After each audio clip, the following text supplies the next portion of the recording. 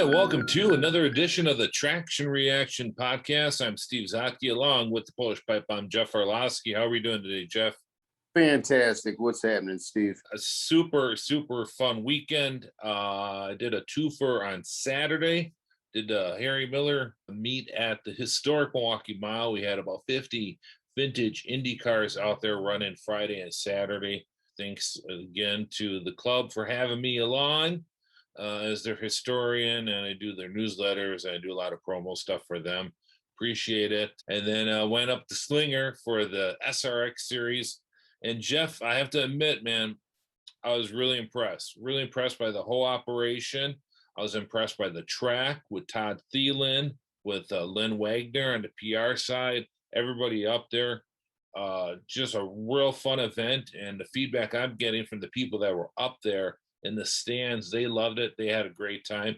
Even a friend of the show, Guy Hobbs, was up there and was front and center in tweets or an Instagram post that James Hinchcliffe did on his Hinchtown tweet. I'll put that up later in the show. Curious on your opinions from afar on the SRX series at the Slinger Super Speedway. It was okay. The racing was better than it was the week before when they were, at Lucas Oil. So I thought that, that obviously that was good. But when you've got, I feel bad for that, the Wisconsin kid. Oh, Luke Fenhaus, yeah. I feel bad for him because if it wasn't for that caution that came out with 2 laps to go, he would have won that thing. And I think that would have been very cool for him, in his career and everything like that. Obviously happy for Marco. And, he got him in the end, that late restart. But, it would have been nice to see Fenhaus take that one home. Yeah, certainly would have. I mean, but I think he handles himself very well. This is a kid who's on a trajectory for stardom. He's part of the with Tom Roberts' group with the Alan Kowicki driver development program. He won the Slinger Nationals. I mean, people are going to start sniffing around him. Now, unfortunately, it's 2021 and not 1991, because if it was 1991, this kid would be, you'd have all the big names sniffing around. With young drivers, it's basically only that really super 1% that really can make it without sponsorship. He could be in that range. And the other thing, he's very sponsor friendly. I think what's neat about him, he's 17 years old now. Let's look at Christopher Bell. Christopher Bell is probably 24 now. He still looks like he's 17. He's finally starting to fill out. And you look at a couple other guys. Tyler Reddick was another one. I mean, Tyler Reddick didn't seem like he hit puberty till he was 20. I mean, he had such a baby face. Luke Fenhaus, how can I say this? He's, let's say, ruggedly handsome, but hell, he's a farmer. The kid, there's some meat on those bones. I mean, this kid, I mean, if I'm a sponsor, and I love Christopher Bell, I love Tyler Reddick and some of these kids, even Sam Mayer. But of all of them, I mean, from a looks point of view, and just from an image point of view, I guess Luke Fenhaus has it all, I think. Yeah, he definitely does. He set himself up where, maybe a company like Menards, Wisconsin owned and operated and all that, and involved in the sport and everything like that. Maybe they can get behind this kid and throw him some money. So when the next opportunity comes along for him, he's not bringing nothing to the table. He can bring something. It doesn't have to be, a full ride and a ton of cash. It could just be something. So that will help him going forward. It still boggles my mind every time I see William Byron. The kid, Yeah. my 12-year-old son looks older than Willie B. And, it's hard because if you have a driver like William Byron, with the baby face, kid looks 13 years old, he can't go into the Busch car You don't want him sponsoring beer. You don't want him sponsoring, stuff like that. He's not a good fit where I think Fenhaus is. Yeah, I think if you're looking through the field here, Marco Andretti also won the heat race number 2 with and then with the feature race too. He was fast all night. I mean, he was quick, and he really. I'm watching him run, and I'm thinking, here's this guy, this IndyCar driver who hasn't driven a lot of other things, but he's running. He seemed really comfortable out there. But then I'm thinking, this is a kid who won at Iowa and has always run well at Iowa, which is, I think, even a little more similar to Slinger than even Bristol would be. I think it's a little tighter. It's got banking. You really cut down.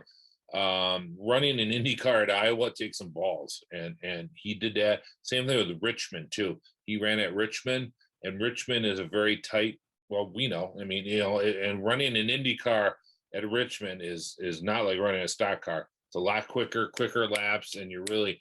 And I mean, I was really surprised at almost taken aback at how good he looked at Slinger. Fenhaus, of course, he won the Slinger Nationals on Tuesday. Stewart, of course, has looked good. Hailie Deegan. I was able to get, thanks to Scott Hansen, Wisconsin racing legend Scott Hansen, I was able to get into the SRX suites. And I met John Craman from Mecum Auctions. And it was pretty much spent the night with him watching the racing and just chatting about all sorts of stuff. Craman's a neat dude. We've known each other through Mecum. He really liked Hailie Deegan, and I'm like, okay, well, prove it to me or kind of show me type thing. I was kind of teasing him, and he's saying Deegan is a better driver than people give her credit for. My main criticism, and I was worried about early on this year, was all the media attention.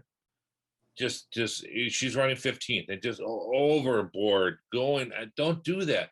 Let her mature as a driver on her own. When she has those good runs, let's emphasize her.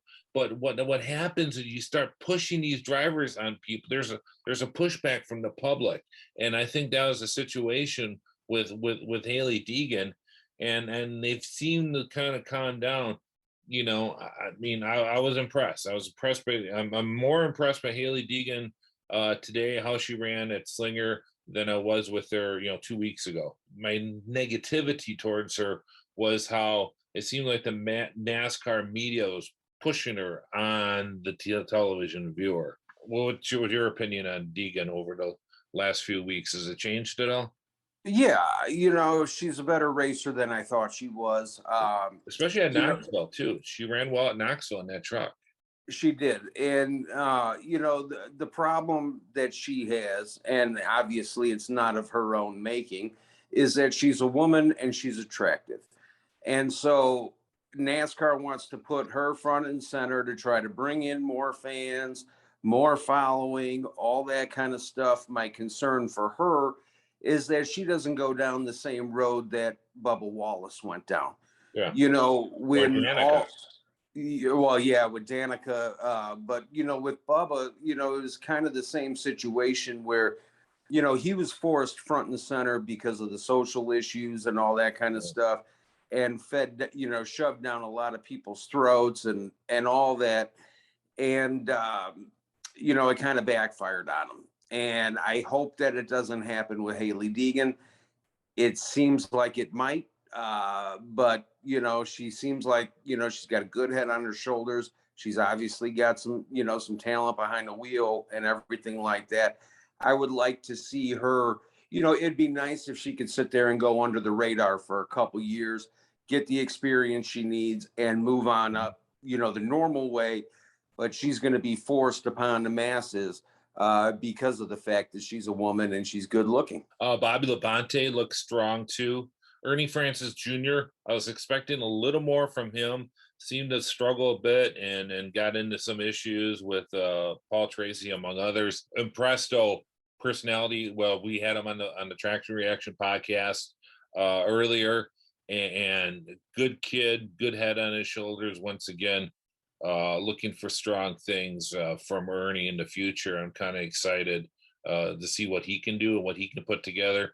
Running Trans Am, he's also running that F4 series, so let's see what he can do. Biffle, of course, we know what Biffle can do because he still looks strong. He can drive. And it's interesting. Elio admitted he didn't know what the hell he was doing out there and was looking for tips. Fine, I understand that. That's fine, no problem there. But I've noticed a trend in love my Willie T. Ribs. He was on the show too earlier. But Willie T. Ribs, Bill Elliott, Michael Waltrip all have one thing in common. And you know what that is, right, Jeff? What's that? They're old. The old guys are running in the back. And Yeah. let's face it, they look good. I mean, they're running in the back, but they're right there. I mean, it's not like they're a second or two off. I mean, they're just a little bit off. Yeah, I mean, the old guys are just running in the back because you know what? As you get older, get a little bit slower. But like I said, they're not embarrassing themselves by any means. They're all having a blast. And Willie T said that too. He loves Slinger because he loved it because you're always working. You have to have a good attitude going into it. Willie T did, and he was having a blast there, and ended up finishing seventh. But any final thoughts on the SRX series? Well, like you said, they're definitely not embarrassing themselves. They're still competitive, even though they are in the back. It's not like a situation where it's like Jimmy Johnson going to IndyCar, where that either last place or no higher than third from last, you're going to find Jimmy's name. So, they're definitely showing out. Now, overall, with the SRX series, I do think they need more cars. Maybe just a few more, Right. but they need some more. It didn't show as bad at Slinger because the track is so damn small. But watching that race, I will tell you, eventually it got a little boring watching the 90 lap battle between Fenhaus and Stewart. Yes, it was for the lead, but it just got a little bit old after a while. They put on a good show, and I think they're putting their best foot forward. The ratings prove it. They were up from last week and everything like that. So it very strong. Yeah, things look good. Things look good. 1.3 million or 1.33, I think it was, million viewers is nothing to snooze at. There's a lot of sanctioning bodies that would love to have that. They are. I think a couple of things they have going to it is that you got a shortened season, you got a television window, which we've been stressing on the show for the last couple of years, is so very important, that tighter window. And you have continuity where, Saturday night at 7:00, SRX series on. Let's watch it or let's record it. So it's kind of seeing it from behind the curtain a little bit. I was impressed by it. It really, really was. Everybody seems to be genuinely having a good time. This ain't a facade where they're making it up. It's not a hippodrome where these guys are going out. Okay, you run here. No, these are guys that are they're competitive, but they're having fun, enjoying it, doing it, and it's a pretty cool deal. So it is. I do like how it's set up, where if and obviously it can't happen at Slinger because the track's too small. But if somebody gets out to too big of a lead, they'll throw a caution to bunch the field back together to get the action going. I do like that. I think overall it's a good product. I just wish on a couple tracks there were more cars. I do like the fact that they ran a couple races on dirt as well, which obviously was, just a huge advantage for Tony Stewart. And he took advantage of it and all that. So good for Tony. But, it mixes it up. And I love the fact that it's on short tracks, only. And it's off to a great start, man. I like it. Chat with Tony a little bit. I tell you what, boy's looking buff. He looks. I don't think he's looked this good in the last 15 years. That's how much weight he's lost. Of course, with his fiancee now, Leah Pritchard, helping him out. He looks very buff. And I met her. She was at the table next to us in the suite. And yeah, she's one of those that looks better in person than she does on TV. She, I can understand why he's smitten, because she seems to be a pretty cool chick, to put it bluntly. And But we'll talk off the podcast on what the odds are that Tony actually walks down the aisle, because I don't give it a great shot.